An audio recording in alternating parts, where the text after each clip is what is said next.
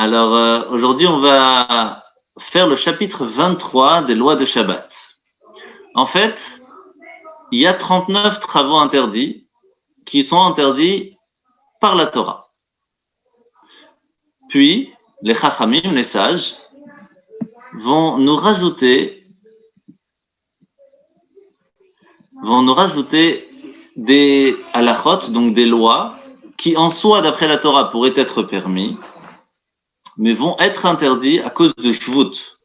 Ça veut dire, premièrement, ça pourrait ressembler à la même réalisation d'un de ces interdits, ou tout simplement parce que ça n'est pas shabbatique. Alors, on va voir un petit peu quelles sont ces différentes choses. Premièrement, la première chose que l'on va voir ici maintenant, c'est un cas où quelqu'un, il va faire un trou quelque part pour faire rentrer quelque chose dans l'endroit. Par exemple, ici on parle dans un poulailler pour que la lumière puisse rentrer, ou parce qu'il n'y a pas assez d'air, alors il veut ouvrir la fenêtre, mais il n'y a pas de fenêtre, donc il va faire un trou pour que l'air puisse sortir. Eh bien, c'est interdit de le faire. Et on serait coupable au même titre que l'interdiction de donner le dernier coup de marteau. Il faut savoir que la Torah nous interdit de finir le travail de quelque chose. Imaginez que vous avez une marmite, par exemple. Tout est bien fini, sauf une vis. Il suffit de tourner une fois avec le tournevis et on a fini le travail. Le fait de finir avec le tournevis, c'est interdit. Ça veut dire finir un travail. La même chose ici. Le fait de faire un trou qui va faire entrer la lumière, on est en train de créer un nouveau poulailler avec de la lumière. Ce qui fait que on vient de faire un interdit qui est très grave. Et c'est pour cela que de façon générale, tout trou que l'on a envie de faire quelque part est interdit, que ce soit quelque part sur un mur, dans une feuille, il n'y a pas de différence. À partir du moment où on veut percer un nouveau trou, c'est interdit. La même chose, élargir un trou existant, c'est aussi un problème, parce qu'on commence à lui rendre une nouvelle fonction. S'il était tout petit, on le rend plus grand, on peut faire d'autres choses. Donc, c'est comme si on a fait un nouveau trou. Donc, ça reste interdit. Par contre, s'il y a un trou qui était déjà existant, qui a été bouché, alors ça va être un peu différent. Ça peut être par exemple un bouchon. On peut ouvrir un bouchon. Pas un problème. Il était déjà existant, on n'a fait que l'ouvrir. Par contre, si on va ouvrir ce bouchon et ça va faire un changement dans ce qui se trouve à l'intérieur de cette cruche, par exemple, comme par exemple en dessous de la lie de vin, ça va faire sortir ce qui n'est pas bon et laisser le bon à l'intérieur, ça c'est un problème parce que, entre guillemets, ça fait aussi le fait de faire quelque chose de tout à fait nouveau. Maintenant, imaginez qu'on a le bouchon d'une jarre, d'accord, ou même le bouchon d'une bouteille de vin. Et on n'a pas envie d'enlever complètement le bouchon, on a envie de faire un trou dans le bouchon pour pouvoir faire sortir un petit peu de vin ou autre chose.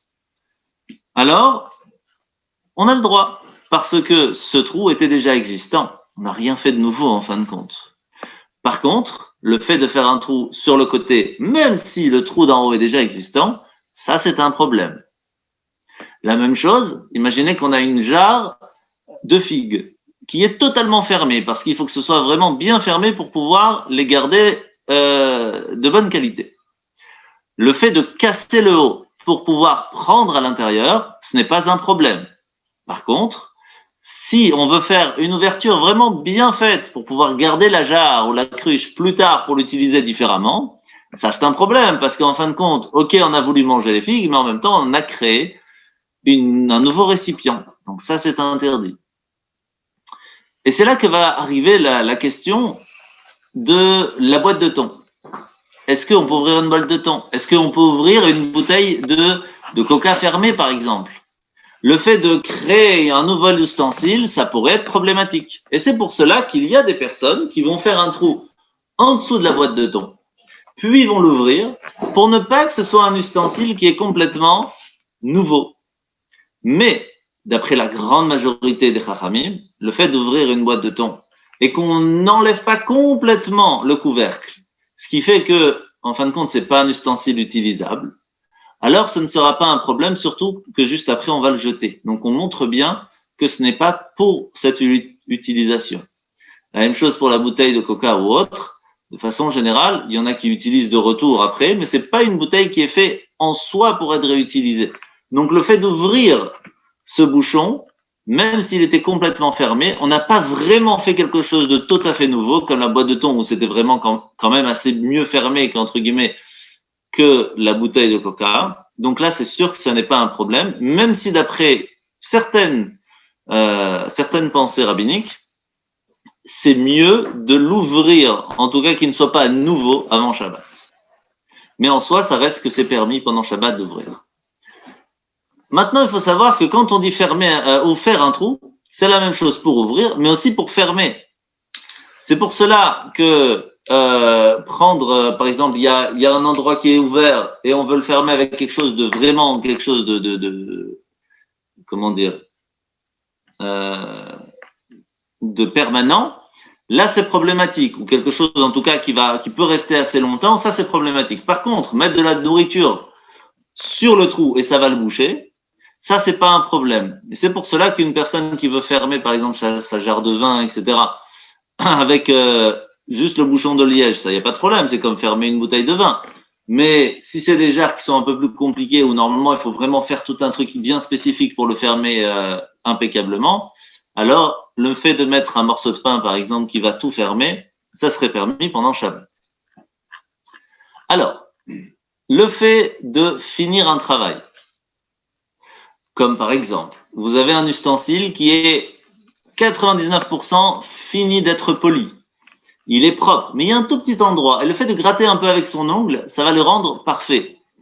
Eh bien, c'est pas bon, c'est interdit parce qu'on est en train de donner le dernier coup de marteau. C'est pour cela aussi que le fait, par exemple, de produire un son musical le Shabbat, ça peut être en utilisant un instrument de musique, ça peut être la harpe ou autre, pas de différence. Même taper de son doigt sur le sol, sur un tableau, de claquer des doigts, de secouer des jouets pour les enfants pour que ça fasse du bruit. Eh bien, tout cela est interdit. Pourquoi? En soi, il n'y a pas vraiment d'interdit. On ne parle pas ici d'un instrument de musique. Mais ça reste interdit. Pourquoi? De peur qu'on va après l'arranger si ça ne marche pas. Et le fait d'arranger l'instrument de musique pourrait être un problème plus grave. La même chose, on ne va pas frapper sur un instrument, on ne va pas danser non plus trop, on ne va pas frapper des mains le Shabbat de façon officielle. C'est un décret de crainte que peut-être on va arriver après à arranger un instrument de musique. Par contre, on peut faire ce qu'on appelle un chinouille. Chinouille, c'est frapper des mains avec le dos de la main, un peu comme ça, ce qui nous permettrait de se rappeler qu'on est en train de taper des mains. En soi, ce n'est pas un problème, mais on fait attention de ne pas oublier que c'est Shabbat. La même chose, nager de façon générale, que ce soit dans une vraie piscine ou dans la mer, dans un fleuve, etc., ça pourrait être problématique. Pourquoi? Parce que on pourrait après confectionner une sorte de bouée. Alors ils appellent ça le flotteur de nageur, mais c'est une bouée. Il y a différentes façons de faire une bouée. On peut prendre un morceau de bois, on peut prendre une vraie bouée. Mais le fait de la faire, de la construire, de la finir, de l'arranger, de souffler dedans pour qu'elle continue de bien flotter, tout ça pourrait être problématique. Ici, on parle bien sûr dans des endroits interdits. Par contre, si c'est à la maison, on a une petite piscine et que on a dans sa cour un petit bassin et on va mettre les pieds dedans, on veut même nager à l'intérieur, en soi, ça ne serait pas totalement interdit, à la condition que ce soit un endroit où on n'a pas de problème de l'obligation d'avoir des flotteurs. Donc, c'est quelque chose où on a pied à 100%. Donc, pour les enfants, ça pourrait être permis. Après, ça peut aller un peu plus loin selon les avis. Alors, la même chose, on sait qu'on n'a pas le droit de finir un travail, de finir un objet. Imaginez que vous avez un tube de roseau. Comme il n'est pas utilisable, en tout cas pour pas grand-chose, à part pour garder un arbre droit. Par contre, si on le met à l'intérieur d'un tonneau de vin, par exemple, ça pourrait faire prendre le vin et le faire amener comme un robinet. Mais pour ça, il faut qu'il soit bien ajusté, donc il faut le couper un petit peu. Eh bien, arranger ce roseau de cette façon, pour l'adapter au trou, c'est interdit. La même chose, même placer une feuille de myrte ou quelque chose dans un tonneau pour que le vin puisse couler vraiment comme il faut, comme une gouttière, c'est interdit. La même chose, pour déchirer du papier. Il faut savoir qu'avant, le papier, c'était du papyrus. Et donc, c'était pour enduire de l'huile pour la cuisson, comme les papiers de cuisson. Eh bien, faire attention avec ces papiers de cuisson Shabbat, parce que on peut l'utiliser pour faire une gouttière. Et donc, on a le droit de le couper pendant Shabbat, etc., etc. Alors,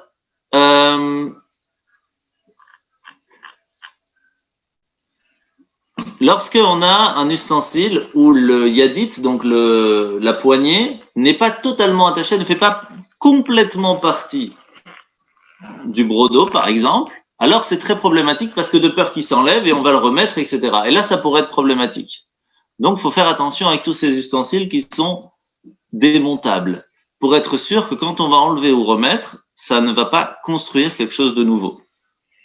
La même chose, le fait de frotter un objet, ça peut être en argent par exemple, ça peut être en or ou autre, si on sait que ça va achever l'ouvrage, ça va le blanchir, ça va le rendre plus propre, plus joli, c'est un problème. Encore plus si c'est pour le réparer. Si par contre c'est une autre substance simple, c'est pas un problème. Par contre, maintenant, qu'est-ce qui se passe avec laver la vaisselle? Alors, on sait que, de façon générale, à Shabbat, la loi, elle est simple. Si on a besoin de laver la vaisselle pour Shabbat, on a besoin de ces ustensiles, ou tout simplement, on ne veut pas que ça reste sale, il y a des invités, etc. Donc, c'est pour Shabbat. Dans ces cas-là, il n'y a pas de problème de faire la vaisselle. Bien sûr, attention à ne pas essorer, donc pas d'éponge, ou alors une éponge spécifiquement faite pour Shabbat. Donc ça, c'est une autre histoire. La même chose, par contre, si c'est pour laver la vaisselle, pour que ce soit propre pour samedi soir, ou pour dimanche, ou pour lundi, là, c'est un problème, parce qu'on prépare pour la fin du Shabbat. La même chose, est-ce qu'on peut faire les lits le Shabbat après qu'on a dormi? Alors, si c'est pour dormir avant Shabbat ou pendant Shabbat, pas de problème, parce qu'on prépare toujours pour Shabbat. Mais faire le lit pour après Shabbat, là, c'est un problème. Alors, de façon générale, on ne peut pas tremper des kelim dans le mikvé. Donc les ustensiles qu'on vient d'acheter, on a oublié, c'est Shabbat. Ah, je peux pas utiliser mon verre, c'est Shabbat, est-ce que je peux le tremper dans le mikvé? De façon générale, non. Parce qu'on est en train de le réparer, on est en train d'achever le travail, et avant on pouvait pas l'utiliser, maintenant on peut. Donc, c'est comme ça qu'on apprend qu'on peut pas achever le travail de ce verre, de cet ustensile, et on ne peut pas le tremper pendant Shabbat. Même chose, il y a des fois des nourritures qui ne sont pas utilisables comme ils le sont aujourd'hui. Par exemple, un aliment qu'on n'a pas fait le maaser, on n'a pas fait la trouma, on parle bien sûr en Israël, ou tanner une peau, par exemple, et le fait de la ramollir avec une peau avec de l'huile, eh bien c'est le même problème, on est en train de finir le travail. Avant, il n'était pas utilisable, et maintenant il est utilisable. Par contre, si on va prendre un peu d'huile et on va mettre sur notre pied, et que lorsque l'on va mettre le pied dans la nouvelle chaussure, où c'est en cuir neuf, si on a mis une quantité suffisante pour le pied, juste pour faire briller un peu la peau, pour que ce soit plus propre, etc., ça, il n'y a pas de problème, même si ça va tanner un petit peu le cuir, parce qu'on n'a pas fait ça pour. Par contre, quelqu'un qui va mettre 1 litre d'huile dans son pied pour pouvoir tanner la peau, ça se voit directement. Donc, c'est là que ça va faire la différence, quelle a été la quantité et surtout quelle a été la pensée. La même chose, de façon générale, mettre un pansement. Quand on dit mettre un pansement, c'est mettre une pommade. On n'a pas le droit de façon générale, Shabbat, parce que c'est lisser la peau. C'est pour ça qu'on ne peut pas boucher un trou avec de la cire ou ce qui est semblable, parce qu'on peut l'étaler. Le fait d'étaler est interdit. Alors, il y a aussi d'autres choses. Par exemple, écrire. Vous savez qu'écrire, c'est interdit pendant Shabbat. Mais utiliser du maquillage pour mettre sur l'œil ou autre part, c'est aussi écrire. Et donc, c'est interdit. Autre chose, le fait que c'est l'interdit d'écrire, beaucoup de choses peuvent venir par là. Par exemple, quelqu'un qui va faire un prêt, un emprunt, une vente, un achat, etc. Tout cela peut amener à ce qu'on va écrire. Et donc, c'est interdit. La même chose, c'est interdit de peser. Et donc, que ce soit avec un récipient, avec la main, avec une corde ou autre, on ne peut pas le faire. Et donc, c'est pour cela ni on achète, ni on ne vend, ni on ne prête pendant Shabbat. Si par contre quelqu'un pendant Shabbat lui dit est-ce que tu as un peu de sucre pour moi, et il donne un peu de sucre, c'est pas la même chose. Mais faire un prêt officiel, ça c'est problématique.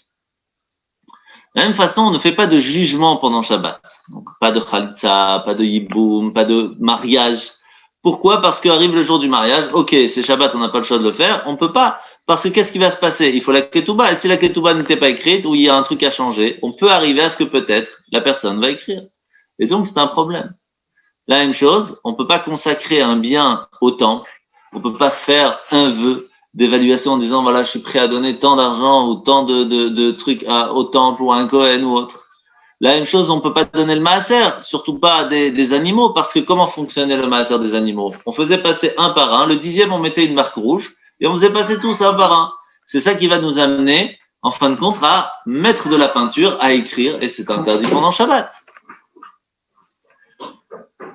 Par contre, il y a une seule chose qu'on pourra, c'est consacrer son sacrifice pascal.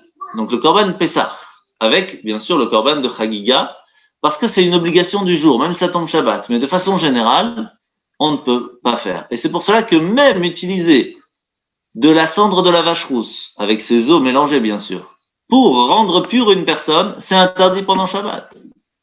Maintenant, qu'est-ce qui va se passer? Et ça, vous devez savoir que ce sera pour tout de façon générale. Une personne qui va prélever de la trouma ou du maaser pendant Shabbat. Donc imaginez, vous êtes à la maison, les fruits sont devant vous, il y a quelqu'un qui vous dit attends, on n'a pas prélevé encore la trouma dessus, on peut pas manger. Ah, c'est pas grave, je prends un petit peu, voilà, ça c'est trouma, maintenant on peut manger. Mais il savait pas que c'était interdit de faire pendant Shabbat. Eh bien, on peut manger, parce qu'il ne savait pas. Mais s'il savait que c'était interdit, il le fait délibérément, pendant Shabbat, il pourra pas le manger. Mais après Shabbat, il pourra. Parce qu'en soi, c'est pas l'interdit était pour le moment même. Et maintenant que Shabbat est fini, il peut. La même chose. Imaginez que quelqu'un il sait que c'est interdit de dire voilà, tant d'argent je donne au temple, ou tant cet animal il sera pour le temple, ou la maison, ou le truc. Dans ces cas-là, s'il savait pas que c'était interdit, bah il y a pas de problème. Ça veut dire d'une certaine façon sa parole fonctionne. Par contre, s'il fait quelque chose d'interdit en sachant que c'est interdit, c'est là que le problème peut venir. Alors dans ces cas-là, ça va dépendre de ce qu'il a dit, ce qu'il a fait. On ne va pas rentrer trop dans le détail, mais ça peut passer aussi lorsque quelqu'un va dire je donne ma maison à telle personne pendant Shabbat, et qu'il en fait l'acquisition, par exemple, il va soulever un mouchoir en disant voilà, j'ai acquis aujourd'hui, ce jour de Shabbat, j'ai acquis la maison que tu m'as donnée, eh bien il peut l'avoir acquérir, même si en soi c'est interdit à faire. Maintenant, imaginez que quelqu'un il vient chez vous, il dit ah, ces fruits je les ai vus au magasin, je crois que on n'a pas fait la trouma dessus, mais vous saviez pas. On peut pas le prendre maintenant pendant Shabbat. C'est un problème. Maintenant, imaginez que le Kohen ou un pauvre sont habitués à manger à votre table. Eh bien, si vous voulez leur donner cet aliment-là, vous devez simplement lui dire sache que ce que je suis en train de manger, c'est la trouma, ou c'est le maaser, ou c'est ce que je dois donner aux pauvres. Et comme ça, il pourra en profiter. Dans ces cas-là, il n'y aura pas de problème. De façon générale, c'est interdit de tirer au sort ou de miser pendant Shabbat, de parier, etc. Parce que ça ressemble à une transaction commerciale. Par contre, pour jouer avec ses enfants, pour dire voilà qui va avoir celui-là, ça c'est pour toi, etc. C'est des parts inégales, on n'est pas regardant, c'est juste pour s'amuser. Ça c'est pas interdit. Mais quand c'est des choses qui sont, on va dire, vraiment importantes, ça on n'a pas le droit. La même chose, on peut pas faire ses comptes pendant Shabbat. Pourquoi? Parce que tu peux commencer à arriver à écrire. La même chose. Par contre, si c'est des choses qu'on n'a pas spécialement besoin, par exemple des trucs de futilité, on est à la synagogue, et ah, t'as fait ton mariage, comment ça t'a coûté en fin de compte? Normalement, en soi, c'est pas très shabbatique de parler des choses qui sont autres que Shabbat. Mais il n'y a pas d'interdit complet sur le fait de parler de comptes. Parce que c'est pas quelque chose qu'on va commencer à faire des comptes, à écrire, etc. C'est juste des futilités à savoir. Par contre, sur le fait que c'est pas shabbatique, il faut savoir que c'est interdit de lire des documents qui sont profanes le Shabbat. C'est-à-dire qu'ils sont pas shabbatiques, qui ne sont pas juifs, qui sont pas des choses on va prendre la Torah, etc. Pourquoi? De peur qu'on peut venir à effacer, à écrire, etc. La même chose, si quelqu'un il est traiteur, il doit s'occuper à Shabbat à tout compter. Alors, pas à partir d'une note écrite, parce qu'on peut arriver à lire des choses profanes, on peut arriver des fois à rajouter, à effacer, ça pourrait être problématique. Sauf si c'est un papier qui est déjà affiché. Dans ces cas-là, on sait que c'est pas un livre qu'il va être en train de lire. quelque chose qui est affiché, il est là-bas, il va rester là-bas. De façon générale, il faut savoir que le fait de négliger la maison d'études pendant Shabbat est très problématique. Et c'est pour cela que, de façon générale, les Chachamim nous demandent d'éviter vraiment, c'est interdit en soi, de lire tout ce qui ne serait pas shabbatique pendant Shabbat. Que se passe-t-il s'il y a un incendie qui se déclare dans la cour pendant Shabbat et qu'on va faire passer d'une cour à l'autre? On va se dire, oui, mais attends, il y a un héros, il n'y a pas de problème, on peut faire passer, il n'y a pas de problème de portée. Mais il faut savoir que c'est pas si évident. Parce que le fait de sauver certaines choses va nous donner l'envie d'aller tout sauver. Même si c'est une perte d'argent. Mais il faut savoir qu'on a le droit de sauver seulement la nourriture dont on a besoin pour Shabbat et les ustensiles ou les choses qu'on va utiliser pendant Shabbat. Et que les vêtements que l'on peut mettre sur soi. Et si en plus il n'y a pas d'érouv, que là c'est vraiment porté, c'est un interdit shabbatique, on peut rien faire. On peut rien sauver du tout. Par contre, quand on dit sauver la nourriture, imaginez que c'est vendredi soir, Chas Shalom, on peut sauver la nourriture de vendredi, samedi matin, samedi midi. Si c'est parti samedi midi, on peut sauver que pour samedi midi, samedi après-midi. Par contre, ce que je peux faire, c'est prendre un grand sac et mettre tous les pains. J'ai pris de vendredi soir et samedi midi, par exemple, et je prends aussi le reste en même temps. Mais j'ai pas pris maintenant, par exemple, mon repas de samedi midi, plus mon repas de samedi soir, et plus mon repas de dimanche. Et je les prends ensemble. Ça, c'est problématique. Quand c'est tout mélangé, c'est une chose, sinon c'est problématique. Alors maintenant, ce que je peux faire par contre, c'est demander à tous les voisins de venir, aller sauver chacun une partie.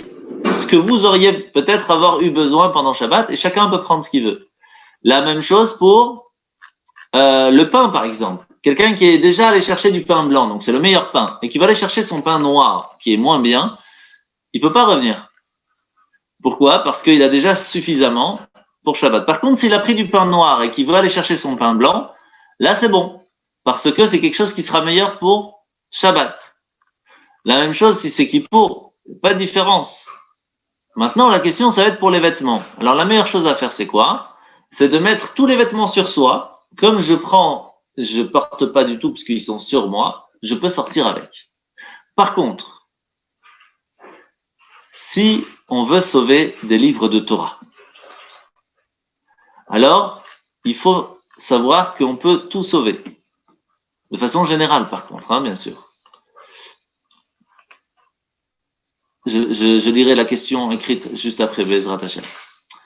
Alors, donc de façon générale, on peut sauver tous les écrits qui sont en hébreu. Si c'est pas en hébreu, on n'a pas spécialement la possibilité de les sauver.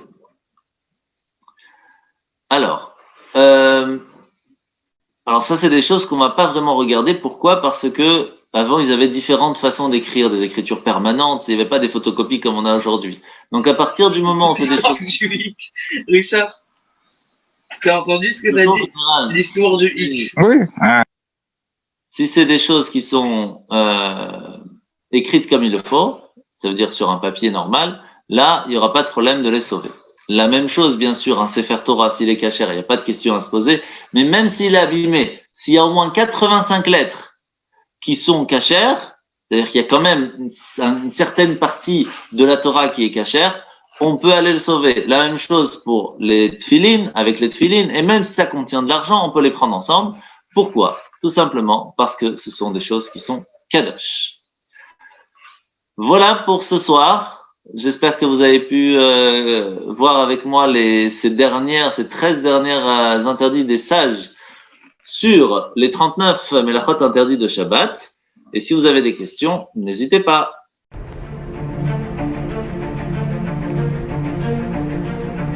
Et si connaître toute la Torah était possible, plongez-vous dans les joyaux de la Torah. Étude du Rambam, le Maïmonide, cours de qualité par des rabbins francophones aux 4 coins du globe. Un chapitre chaque jour, à raison de 20 minutes, pour finir en moins de 3 ans l'apprentissage de la Torah. Relevez le challenge, tous les soirs en direct à 20h30 ou 21h30 heure israélienne. Nos cours sont accessibles à tout moment, YouTube, Facebook et sur notre site torah24.com.